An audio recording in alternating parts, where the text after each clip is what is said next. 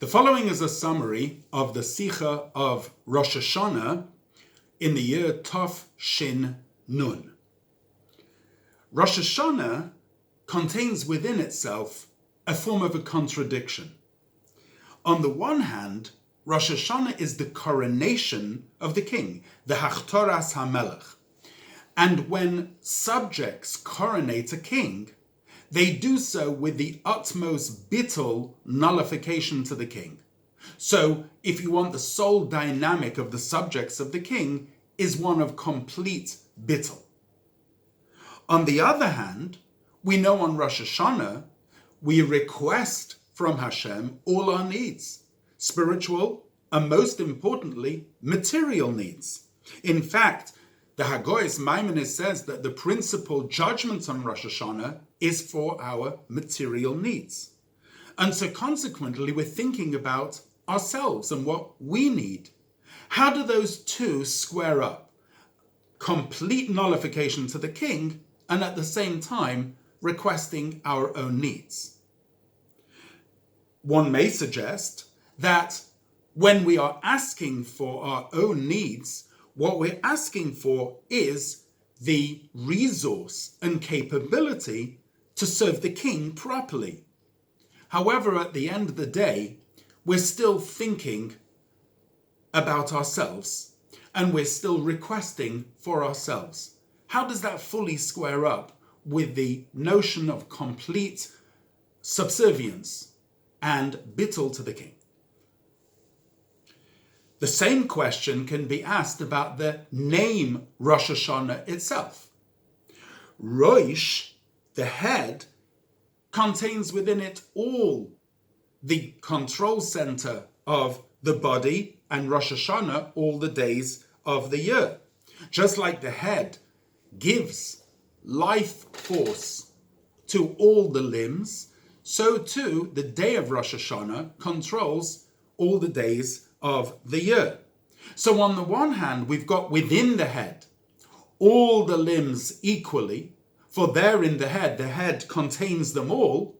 And at the same time, we've got how the head individually orchestrates every single one of the limbs. How does that square up? The concept of king necessitates people. You have subjects that accept upon themselves the kingship of the king. From where do we have the empowerment to crown Hashem as our king? The answer is that in the root of our souls, it says in the Zohar, Yisrael v'kudshabrichu kol echad, that in the very essence of the soul, that is one with Hashem. And it's from that level that there can be aroused within Hashem himself the tanug, the pleasure in becoming the king over souls as they descend down to this world. So, in effect, what we need to do is, in our ultimate soul root, arouse a tainug, arouse a desire and a pleasure and a gratification within Hashem himself, that he should be the king over separate subjects, meaning as the soul descends down to this world.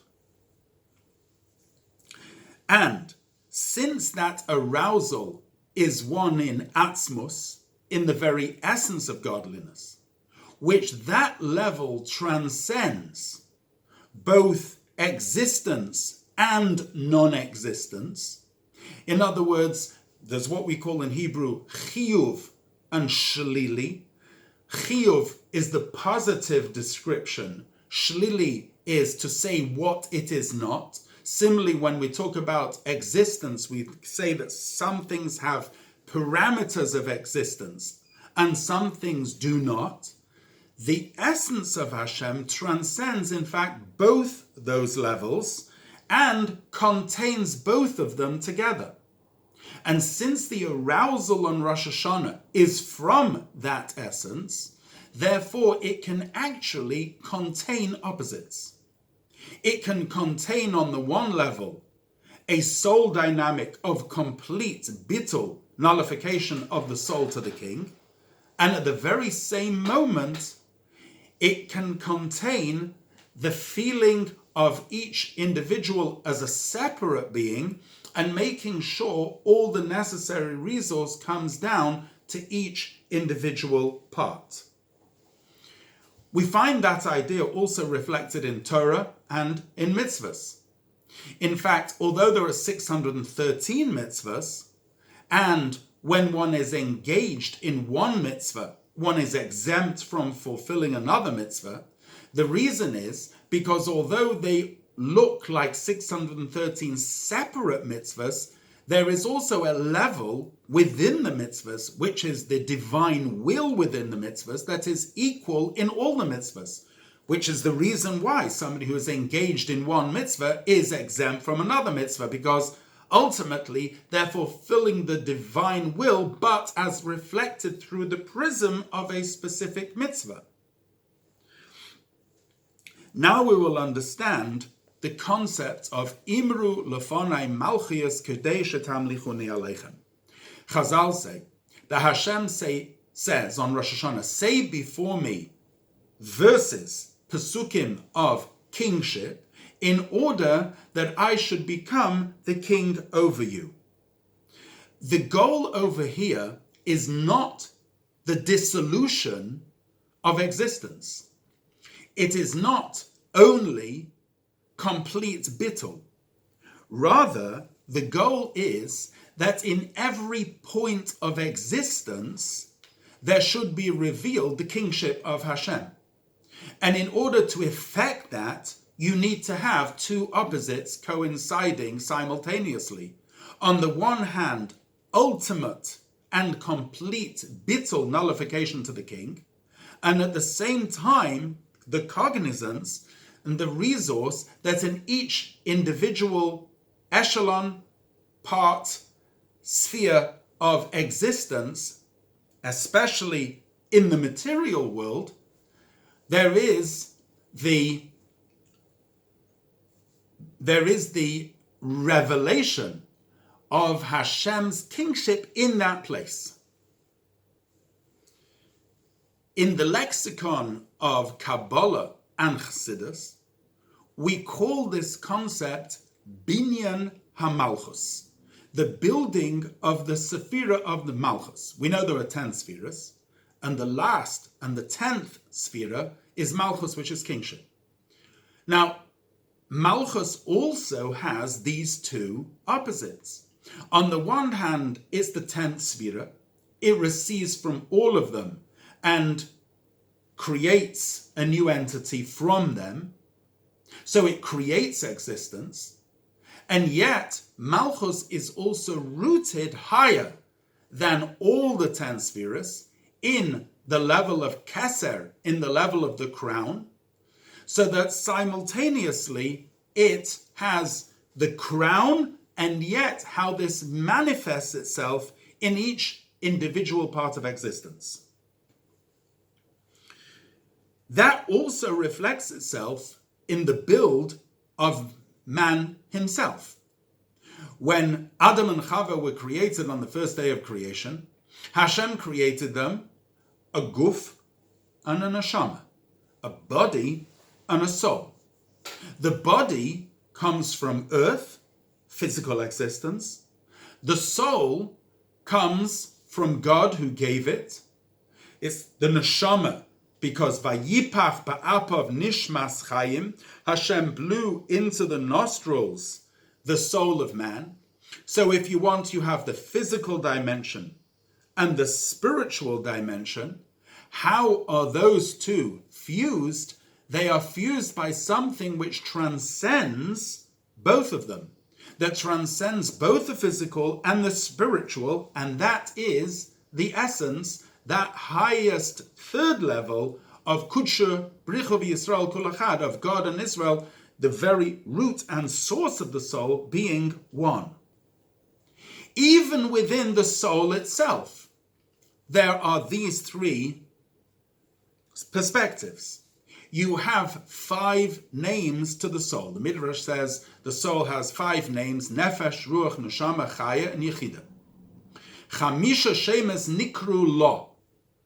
Now, that means that you have 5 names, and then Lo, it, which is the soul itself.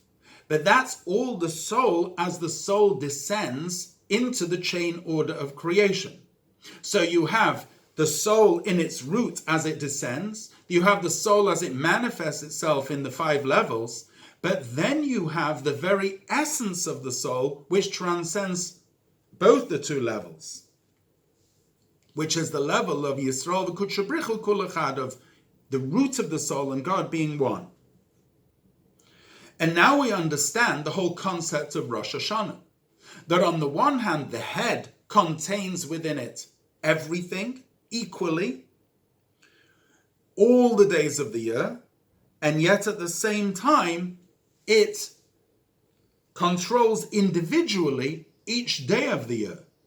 How is that possible? Because what is aroused by our service on Rosh Hashanah is coming from a place which transcends both the transcendent plane and the immanent plane. That's why our Avodah service on Rosh Hashanah has to reflect, in fact, opposites. Because by reflecting the opposite of both complete bittul, complete nullification, and at the same time requesting our physical sustenance, that shows the complete transcendence of Atzmos, of the essence, which is higher than both of those levels. It's for that reason that we read about Yitzchak and the binding of Yitzchak on Rosh Hashanah. On the one hand, Yitzchak was bound, which is complete subservience and bittul. And on the other hand, it says that through the Akedah it was achieved ki'ilu aforoi munach v'tzabor al gabe hamizbeach, as if the ashes of Yitzchak, had he been sacrificed and burned, were eternally on the altar. God sees it as if it had actually happened, and this gives Yitzchak a ongoing and eternal dimension, a great strength in his being here in this world. Again, the fusion of the 2 opposites. This all takes on an extra dimension this year, and the Rebbe was referring to the year Tov Shin Nun. However, it actually applies also to this year Tov Shin Pei Aleph, the year which we're going into now, because the first day of Rosh Hashanah is on Shabbos. Now, Shabbos itself has these 2 dimensions. On the one hand, Shabbos blesses all the days of the week. So Shabbos is like, if you want, the source of blessing for every single day of the week. And yet, on the other hand, Shabbos transcends time. We don't go from day 7 to day 8. We go higher than time. Shabbos, we step out of the 6 days of creation into a dimension which is higher than time. This is why we say Vayechulu Hashamayim v'ha'aretz on Shabbos. Vayechulu has 2 interpretations. Number 1, Vayechulu, from the expression kiloyin, which means destruction. In other words, the existence of heaven and earth is, if you want, destroyed or sublimated on Shabbos to a level which is transcendent of time. And also we have Vayechulu from the word koil, which means completion.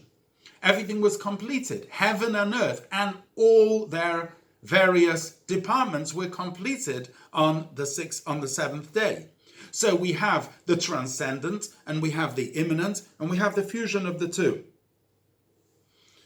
And when you have Shabbos coming together with Rosh Hashanah, Shabbos is that day which is, if you want, higher than the creation. Rosh Hashanah is the head of all the days of the year within creation. And when Shabbos and Rosh Hashanah come together, you have the complete fusion of the two. This is especially true in the year Tov Shin Nun. And the Rebbe said that when we give a remes, a hint or allusion in a name, like the year Tov Shin Nun, which has been coined Tehei Shnas Nisim, the year of miracles, one is allowed to do so, and it's appropriate to do so if such an interpretation will lead to a strengthening of one's love and fear of God. In the word Nisim, Tehei Shnas Nisim, a year of miracles, the word Nes itself has two opposite translations. On the one hand, it means Nes, meaning a miracle. A miracle is something that transcends nature. And yet Nes is also from the word Harama, which means elevation. It takes nature and it elevates it. It's, if you want, the elevation from below rather than being the transcendent from above.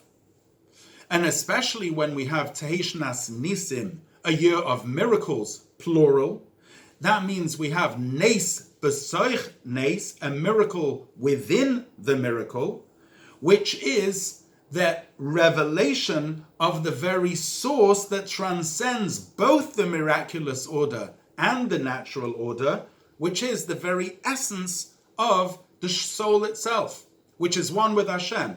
And hence it can also be coined Tehei Shnas Neshama. It should be a year of the soul of the essence, in that it will reveal the essence of the soul as one with the essence of Hashem.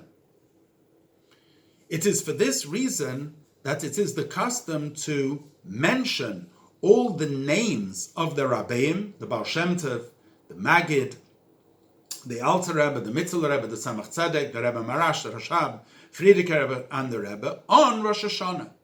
What is the point in doing that? Because the Rebbe is a Nasi. In the word Nasi itself, we have those two dimensions. On the one hand, the Nasi is Mishichmai Ulamayla Mikol Ha'am, head and shoulders above the people, higher than the people. And at the same time, as Rashi says, Hanasi Hu HaKol, the Nasi represents the entirety of the people. In other words, he's higher than the people, and yet fully within the people. And that's why we mention the Nasi on Rosh Hashanah, because Rosh Hashanah is the day that we join the two opposite perspectives of complete bittul, nullification to the king, and at the same time, the request that within every detail of the world should be reflected the Malchus, the kingship of Hashem, even within our material needs. In order to make a receptacle for that revelation, our avodah has to be midah keneged midah, measure for measure, commensurate to what it will affect. And therefore our avodah also has to be ba'ofen nisi, in a miraculous way. Starting with, on Rosh Hashanah, accepting a hidur mitzvah, a beautification of a mitzvah, as the Rebbe Rashab instituted, that every single Rosh Hashanah, each one of us should take on an additional beautification of a mitzvah, until the Nes Hachi Ikori, the greatestness which we ask and supplicate for, the Tekiah Gedolah, the long Tekiah at the end, which the Baal Tokeah, the one who is blowing the shofar, gives B'chol Mo'idecha, with all his might, that we should hear the Tekah B'shofar Godel, the great shofar, which will be the shofar of Mashiach, which will take us out of this galus to the Gula Hamitzis V'Hashlema, and then there will be revealed that essential level of Yisrael, V'Kutshabrichu Kol Echad, of Yidden and Hashem being one.